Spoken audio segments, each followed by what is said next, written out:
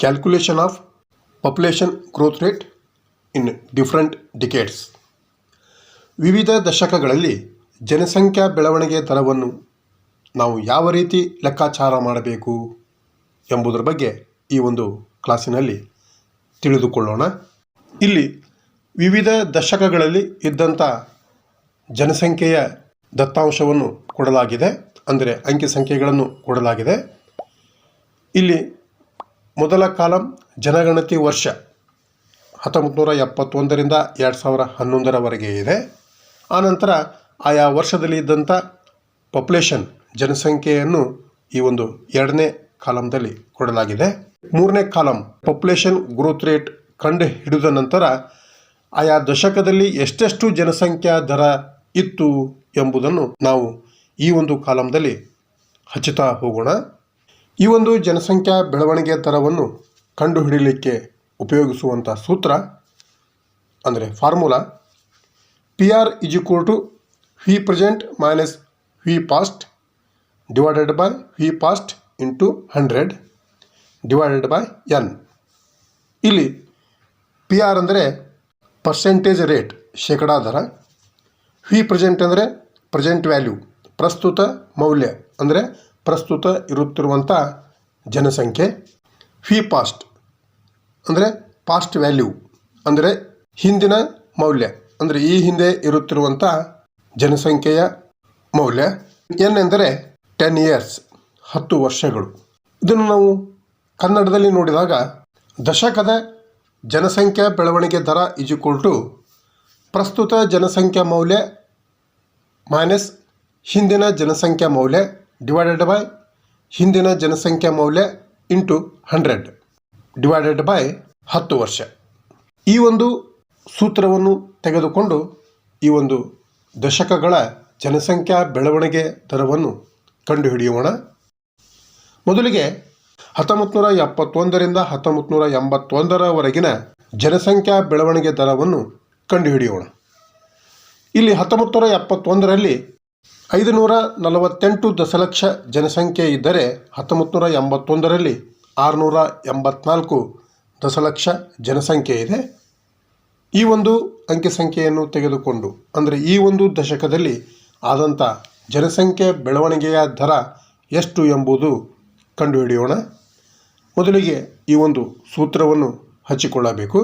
ಜನಸಂಖ್ಯಾ ಬೆಳವಣಿಗೆ ದರ = ಪ್ರಸ್ತುತ ಜನಸಂಖ್ಯಾ ಮೌಲ್ಯ ಮೈನಸ್ ಹಿಂದಿನ ಜನಸಂಖ್ಯಾ ಮೌಲ್ಯ ಡಿವೈಡೆಡ್ ಬೈ ಹಿಂದಿನ ಜನಸಂಖ್ಯಾ ಮೌಲ್ಯ ಇಂಟು 100 ಡಿವೈಡೆಡ್ ಬೈ 10 ವರ್ಷಗಳು. ಈ ಒಂದು ಸೂತ್ರದ ಪ್ರಕಾರ ಪ್ರಸ್ತುತ ಜನಸಂಖ್ಯಾ ಮೌಲ್ಯ 684 ದಶಲಕ್ಷವಿದೆ, ಮೈನಸ್ ಹಿಂದಿನ ಜನಸಂಖ್ಯಾ ಮೌಲ್ಯ 548 ದಶಲಕ್ಷವಿದೆ, ಡಿವೈಡೆಡ್ ಬೈ ಮತ್ತೆ ಹಿಂದಿನ ಜನಸಂಖ್ಯಾ ಮೌಲ್ಯ ಅದು 548 ದಶಲಕ್ಷವಿದ್ದು ಇಂಟು 100 ಎಂದು ಹಚ್ಚಬೇಕು. ಆನಂತರ ಡಿವೈಡೆಡ್ ಬೈ, ಇದು ದಶಕ ಅಂದಾಗ 10 ವರ್ಷ ಅಂತ ಇರುವುದರಿಂದ ಇಲ್ಲಿ 10 ಎಂದು ಬರೆಯಬೇಕು. ಇನ್ನು ಇದನ್ನು ಲೆಕ್ಕಾಚಾರ ಮಾಡಿದಾಗ 684 ಮಿಲಿಯನ್ ಮೈನಸ್ 548 ಮಿಲಿಯನ್ ಮಾಡಿದಾಗ 136 ಮಿಲಿಯನ್ ಬರುತ್ತದೆ, divided by 548 million into 100 divided by 10. ಇನ್ನು 136 ಮಿಲಿಯನ್ ಡಿವೈಡೆಡ್ ಬೈ 548 ಮಿಲಿಯನ್ ಮಾಡಿದಾಗ ಆನ್ಸರ್ 0.24 ಬರುತ್ತದೆ. 0.24 ಇಂಟು 100 ಡಿವೈಡೆಡ್ ಬೈ 10. ಇನ್ನು 0.24 ಇಂಟು 100 ಮಾಡಿದಾಗ 24 ಆಗುತ್ತದೆ. 24 ಡಿವೈಡೆಡ್ ಬೈ 10 ಮಾಡಿದಾಗ ಆನ್ಸರ್ 2.4 ಆಗುತ್ತದೆ. ಆದ್ದರಿಂದ ಇಲ್ಲಿ ಜನಸಂಖ್ಯಾ ಬೆಳವಣಿಗೆಯ ದರ ಶೇಕಡ 2.4ರಷ್ಟಾಗಿದೆ. ಅಂದರೆ 1971ರಿಂದ 1981ರವರೆಗಿನ ಜನಸಂಖ್ಯಾ ಬೆಳವಣಿಗೆಯ ದರವು ಶೇಕಡ 2.4ರಷ್ಟು ಇದೆ ಅಂತ ಅರ್ಥ.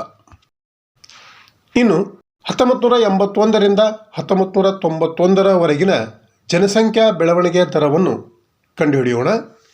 ಇಲ್ಲಿ 1981ರಲ್ಲಿ 684 ದಶಲಕ್ಷವಿದ್ದರೆ 1991ರಲ್ಲಿ 844 ದಶಲಕ್ಷ ಜನಸಂಖ್ಯೆವಿದೆ. ಈ ಎರಡು ದಶಕಗಳ ಜನಸಂಖ್ಯೆಯನ್ನು ತೆಗೆದುಕೊಂಡು ನಾವು ಜನಸಂಖ್ಯಾ ಬೆಳವಣಿಗೆ ದರವನ್ನು ಕಂಡುಹಿಡಿಯೋಣ. ಮೊದಲಿಗೆ ಫಾರ್ಮುಲಾವನ್ನು ಹಚ್ಚಿಕೊಳ್ಳಬೇಕು. ಈ ಒಂದು ಫಾರ್ಮುಲಾದ ಪ್ರಕಾರವಾಗಿ ಪ್ರಸ್ತುತ ಜನಸಂಖ್ಯೆ 844 ದಶಲಕ್ಷವಿದೆ ಮೈನಸ್ ಹಿಂದಿನ ಜನಸಂಖ್ಯೆ 684 ದಶಲಕ್ಷವಿದೆ ಡಿವೈಡೆಡ್ ಬೈ ಮತ್ತೆ ಹಿಂದಿನ ಜನಸಂಖ್ಯೆ 684 ದಶಲಕ್ಷ ಅಂತ ಹಚ್ಚಿಕೊಂಡು ಇಂಟು 100 ಅಂತ ಹಚ್ಚಬೇಕು. ಡಿವೈಡೆಡ್ ಬೈ ನಂಬರ್ ಅಂದರೆ ವರ್ಷ 10 ಅಂತ ಹಚ್ಚಬೇಕು. ಆ ನಂತರ 844 ದಶಲಕ್ಷದಲ್ಲಿ 684 ದಶಲಕ್ಷವನ್ನು ಕಳೆದಾಗ ಅದು 160 ದಶಲಕ್ಷ ಬರುತ್ತದೆ. 160 ದಶಲಕ್ಷ ಡಿವೈಡೆಡ್ ಬೈ ಹಿಂದಿನ ಜನಸಂಖ್ಯಾ ಮೌಲ್ಯ 684 ದಶಲಕ್ಷವಿದೆ ಇಂಟು 100 ಡಿವೈಡೆಡ್ ಬೈ 10. ಇಲ್ಲಿ 160 ಮಿಲಿಯನ್ ಡಿವೈಡೆಡ್ ಬೈ 684 ಮಿಲಿಯನ್ ಮಾಡಿದಾಗ ಆನ್ಸರ್ 0.23 ಬರುತ್ತದೆ. 0.23 ಇಂಟು 100 ಡಿವೈಡೆಡ್ ಬೈ 10. 0.23 ಇಂಟು 100 ಮಾಡಿದಾಗ 23 ಡಿವೈಡೆಡ್ ಬೈ 10. 10ರಿಂದ ಭಾಗಿಸಿದಾಗ ಆನ್ಸರ್ 2.3 ಬರುತ್ತದೆ. ಆದ್ದರಿಂದ ಇಲ್ಲಿ ಜನಸಂಖ್ಯಾ ಬೆಳವಣಿಗೆಯ ದರ 2.3ರಷ್ಟಿದೆ. ಅಂದರೆ 1981ರಿಂದ 1991ರವರೆಗೆ ಶೇಕಡ 2.3ರಷ್ಟಿದೆ. ಅಂದರೆ 2.3%. ಇನ್ನು 1991ರಿಂದ 2001ರವರೆಗಿನ ಜನಸಂಖ್ಯಾ ಬೆಳವಣಿಗೆ ದರವನ್ನು ಕಂಡುಹಿಡಿಯೋಣ. ಮೊದಲಿಗೆ 1991ರಲ್ಲಿ 844 ದಶಲಕ್ಷ ಜನಸಂಖ್ಯೆವಿದ್ದರೆ 2001ರಲ್ಲಿ 1027 ದಶಲಕ್ಷ ಜನಸಂಖ್ಯೆವಿದೆ. ಈ ಒಂದು ದಶಕದಲ್ಲಿ ಇದ್ದಂಥ ಜನಸಂಖ್ಯಾ ಬೆಳವಣಿಗೆಯ ದರ ಎಷ್ಟು ಎಂದು ಕಂಡುಹಿಡಿಯೋಣ. ಮೊದಲಿಗೆ ಫಾರ್ಮುಲಾ ಅಂದರೆ ಸೂತ್ರವನ್ನು ಹಚ್ಚಿಕೊಳ್ಳಬೇಕು. ಆ ನಂತರ ಈ ಒಂದು ಸೂತ್ರದ ಪ್ರಕಾರ ಪ್ರಸ್ತುತ ಜನಸಂಖ್ಯಾ ಮೌಲ್ಯ 1027 ದಶಲಕ್ಷವಿದೆ ಮೈನಸ್ ಹಿಂದಿನ ಜನಸಂಖ್ಯಾ ಮೌಲ್ಯ 844 ದಶಲಕ್ಷವಿದೆ ಡಿವೈಡೆಡ್ ಬೈ ಮತ್ತೆ ಹಿಂದಿನ ಜನಸಂಖ್ಯಾ ಮೌಲ್ಯ 844 ದಶಲಕ್ಷ ಅಂತ ಹಚ್ಚಿಕೊಂಡು ಇಂಟು 100 ಡಿವೈಡೆಡ್ ಬೈ 10 ಅಂದರೆ 10 ವರ್ಷ ಅನ್ನೋದನ್ನು ಹಚ್ಚಬೇಕು. ಆ ನಂತರ 1027 ದಶಲಕ್ಷದಲ್ಲಿ 844 ದಶಲಕ್ಷವನ್ನು ಕಳೆದಾಗ 183 ದಶಲಕ್ಷ ಬರುತ್ತದೆ. ಅಂದಾಗ 183 million divided by 844 million into 100 ಎಂದು ಹಚ್ಚಬೇಕು. Divided by 10. 183 ದಶಲಕ್ಷವನ್ನು 844 ದಶಲಕ್ಷದಿಂದ ಭಾಗಿಸಿದಾಗ 0.21 ಬರುತ್ತದೆ. ಅಂದಾಗ 0.21 ಇಂಟು 100 ಡಿವೈಡೆಡ್ ಬೈ 10. 0.21 ಇಂಟು 100 ಮಾಡಿದಾಗ ಆನ್ಸರ್ 21 ಬರುತ್ತದೆ. 21 ಡಿವೈಡೆಡ್ ಬೈ 10 ಅಂದಾಗ 21ಅನ್ನು 10ರಿಂದ ಭಾಗಿಸಿದಾಗ 2.1 ಅಂದರೆ ಜನಸಂಖ್ಯಾ ಬೆಳವಣಿಗೆಯ ದರ 2.1% ಆಗಿದೆ. ಅಂದರೆ 1991ರಿಂದ 2001ರವರೆಗಿನ ಜನಸಂಖ್ಯಾ ಬೆಳವಣಿಗೆಯ ದರವು ಪ್ರತಿಶತ 2.1ರಷ್ಟಾಗಿದೆ ಅಂತ ಅರ್ಥ. ಇನ್ನು 2001ರಿಂದ 2011ರವರೆಗಿನ ಜನಸಂಖ್ಯಾ ಬೆಳವಣಿಗೆಯ ದರ ಎಷ್ಟು ಇದೆ ಎಂಬುದನ್ನು ಕಂಡುಹಿಡಿಯೋಣ. 2001ರಲ್ಲಿ 1027 ದಶಲಕ್ಷ ಜನಸಂಖ್ಯೆವಿದ್ದರೆ 2011ರಲ್ಲಿ 1210 ದಶಲಕ್ಷ ಜನಸಂಖ್ಯೆ ಇದೆ. ಈ ಎರಡು ದಶಕಗಳ ಜನಸಂಖ್ಯೆಯ ಮೌಲ್ಯವನ್ನು ತೆಗೆದುಕೊಂಡು ಈ ಒಂದು ಜನಸಂಖ್ಯಾ ಬೆಳವಣಿಗೆಯ ದರವನ್ನು ಕಂಡುಹಿಡಿಯೋಣ. ಮೊದಲಿಗೆ ಸೂತ್ರವನ್ನು ಹಚ್ಚಿಕೊಳ್ಳಬೇಕು.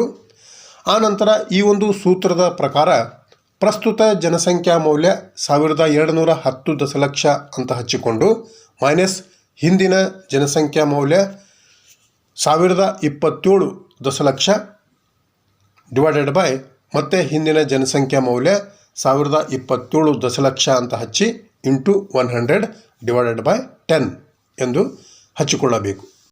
ಆನಂತರ 1210 ದಶಲಕ್ಷದಲ್ಲಿ 1027 ದಶಲಕ್ಷವನ್ನು ಕಳೆದಾಗ 183 ದಶಲಕ್ಷ ಬರುತ್ತದೆ. ಅಂದಾಗ 183 million divided by 1027 million into 100 divided by 10 ಹಚ್ಚಬೇಕು. 183 ಮಿಲಿಯನ್ ಡಿವೈಡೆಡ್ ಬೈ 1027 ಮಿಲಿಯನ್ ಮಾಡಿದಾಗ ಆನ್ಸರ್ 0.17 ಬರುತ್ತದೆ.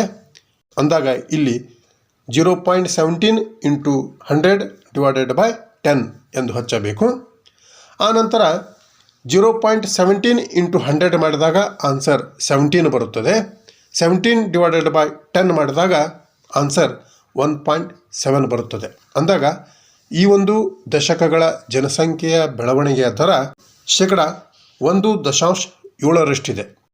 ಅಂದರೆ 2001 ರಿಂದ 2011ರವರೆಗಿನ ಜನಸಂಖ್ಯಾ ಬೆಳವಣಿಗೆಯ ದರವು ಪ್ರತಿಶತ 1.7ರಷ್ಟಿದೆ. ಈ ತೆರನಾಗಿ ನಾವು ವಿವಿಧ ದಶಕಗಳಲ್ಲಿ ಜನಸಂಖ್ಯಾ ಬೆಳವಣಿಗೆಯ ದರವನ್ನು ಲೆಕ್ಕಾಚಾರ ಮಾಡಬೇಕು. ಮುಂದಿನ ಕ್ಲಾಸಿನೊಂದಿಗೆ ಮತ್ತೆ ಭೇಟಿಯಾಗೋಣ. Thank you.